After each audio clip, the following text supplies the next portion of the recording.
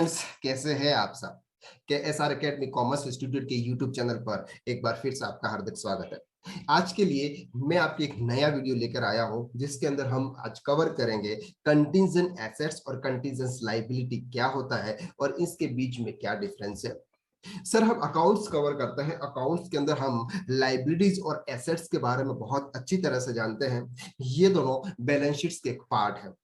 यानी कि balance sheets के राइट साइड में अगर हम देखते हैं तो एसेट्स होती है और बैलेंस शीट्स के लेफ्ट साइड में अगर हम देखते हैं तो लाइबिलिटीज होती है। एसेट्स का मतलब होता है कि या तो हमारे पास में कोई संपत्ति है या फिर कोई आने वाली है, like that receivable and accrued interest या फिर सन्ड्री डेटर्स। एंड लाइबिलिटीज का मतलब यह है तो हमने किसी से लोन लिया हुआ है, वो हमें वापस पे करना है। हमने किसी से गुड्स परचेस किया हुआ है जिसको हमें पेमेंट करना है, या फिर any others provisions that's called liability.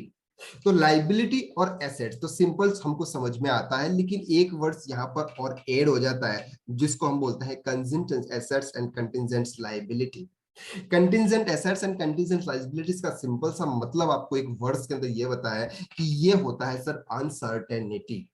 Uncertainty का सिंपल सा मतलब ये है कि सर अभी ये कोई भी एसेट्स है या फिर लाइबिलिटीज है, ये अभी फिक्स नहीं है। ये फ्यूचर में होने वाली है या नहीं होने वाली है, ये अभी क्लियर नहीं है।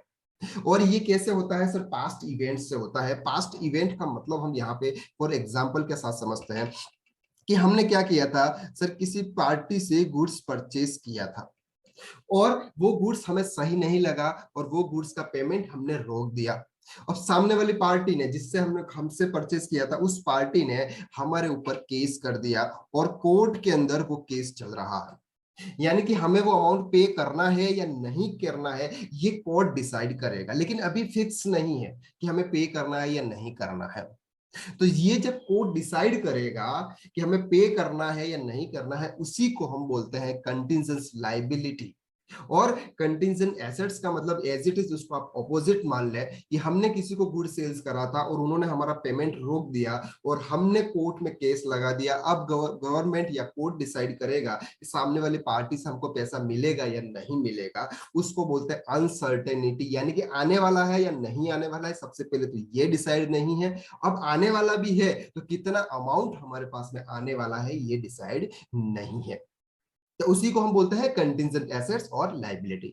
सर सिंपल सा मतलब आप एक और समझा दीजिए कि सर एसेट्स और लाइबिलिटी ये जो होता है, ये हम बैलेंस शीट्स के अंदर रिकॉर्ड करते हैं, बैलेंस शीट्स के अंदर हम दिखाते हैं, शो करते हैं कि हमने सन्डी क्रेडिटर्स से इतना, सन्डी क्रेडिटर्स को हमें इतना पे करना है। ये हम अपनी बुक्स के अंदर लिखते हैं, अमाउंट टाइप करते हैं और अमाउंट्स लिखते हैं। इसी तरह से एसेट्स का भी लिखते हैं। लेकिन सर क्या ये कंटिजेंट एसेट्स और लाइबिलिटीज का भी अमाउंट हमको लिखना होगा? तो सर सबसे पहले तो आप ये मान के चलिए कि क्या ये अमाउंट आपको पता है कि आपको इतना पे करना है या फिर आपके इतना आने वाला है? फिक्स है सर? नहीं फिक्स है। तो सिंपल सा मतलब ध्यान से सुन लीजिएगा कि कंटिजेंट एसेट्स को आपको कहीं रिकॉर्ड नहीं करना है।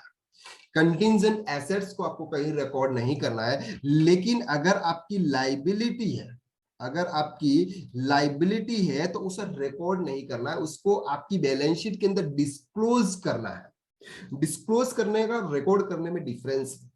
रिकॉर्ड करने का मतलब ये होता है कि आपकी बैलेंस शीट्स के अंदर जो अमाउंट है उसके साथ में आप ऐड करें, और डिस्क्लोज करने का मतलब होता है कि जो नीचे नोट्स होते हैं, बैलेंस शीट्स के नीचे जो शेड्यूल्स होते हैं, शेड्यूल्स के साथ में जो नोट्स होते हैं, वहां पर आपको डिस्क्लोज करना है।